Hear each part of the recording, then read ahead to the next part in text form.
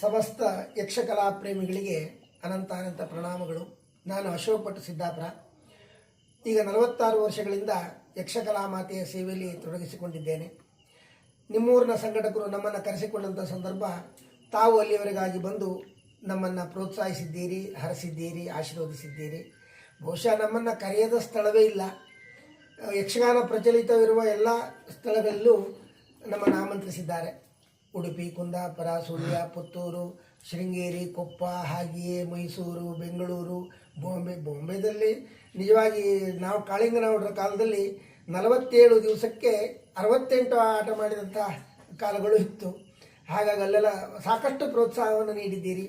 ಆನಂತರದಲ್ಲಿ ವಿದೇಶಗಳಲ್ಲಿ ಕುವೈತು, ದುಬೈ, ಆನಂತರ ಸಿಂಗಾಪುರ ಇತ್ಯಾದಿ ಹೊರ ದೇಶಗಳಿಗೂ ನಮ್ಮನ್ನು ಕರೆದು ನಮ್ಮನ್ನು ಪ್ರೋತ್ಸಾಹಿಸಿದಷ್ಟೇ ಅಲ್ಲ, ನಮ್ಮನ್ನು ಸನ್ಮಾನಿಸಿದ್ದೀರಿ.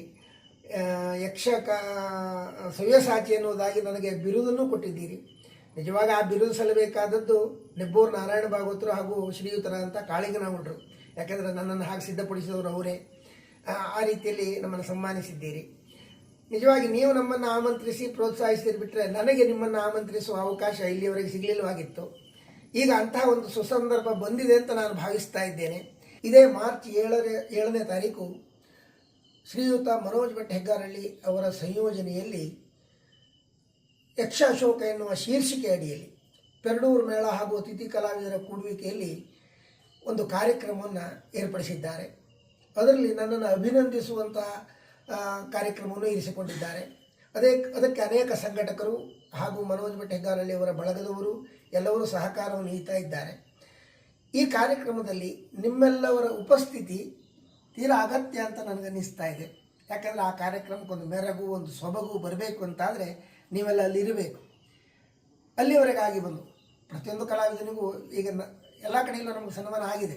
ಆದರೂ ಹುಟ್ಟೂರ ಸನ್ಮಾನ ಎನ್ನುವುದು ಪ್ರತಿಯೊಂದು ಕಲಾವಿದನಿಗೂ ಅದು ವಿಶೇಷವೇ.